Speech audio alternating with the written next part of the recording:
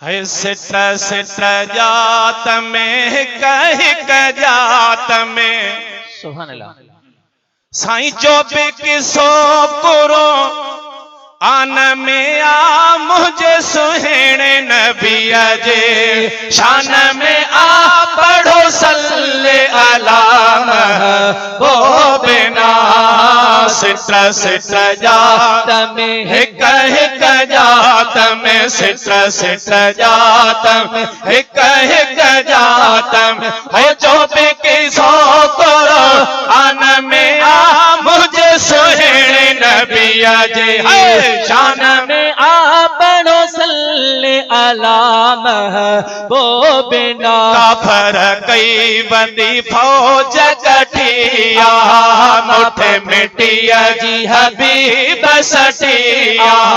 काफर कई बड़ी फौज कठी आहा मुठ मिटिया जी हबीब सटी आए दुश्मन व्यो नुके सान में आ मुझे सुहेणे नबी जे शान में आ पढ़ो सल्ले अला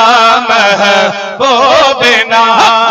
सिट सिट जात में हिक हिक जात में सिट सिट जात में हिक हिक जात में ओ जो बेके सो कर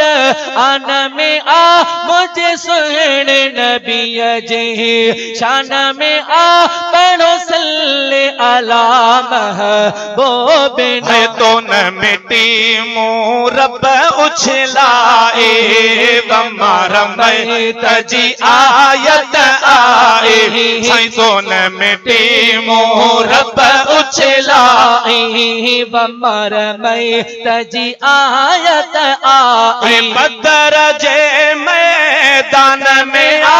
मुझे सुहेणे नबी जे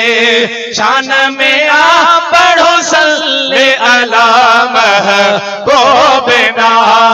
सिट सिट जात में हिक हिक जात में सिट सिट जात में हिक हिक जात में ओ जो बेके सो कर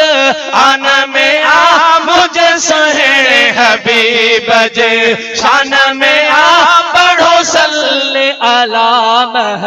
वो बिना मुहब मिटाइणो के बिलो चाहो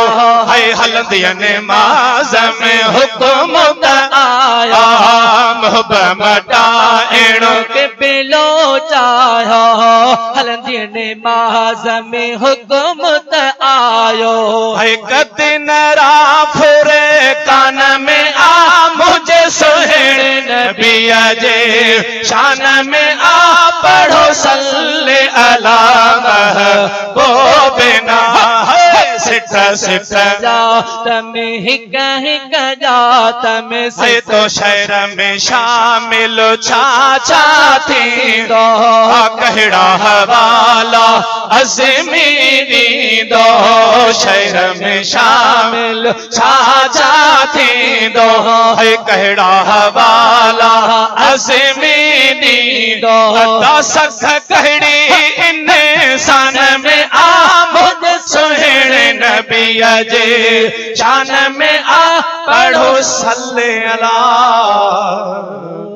महबूब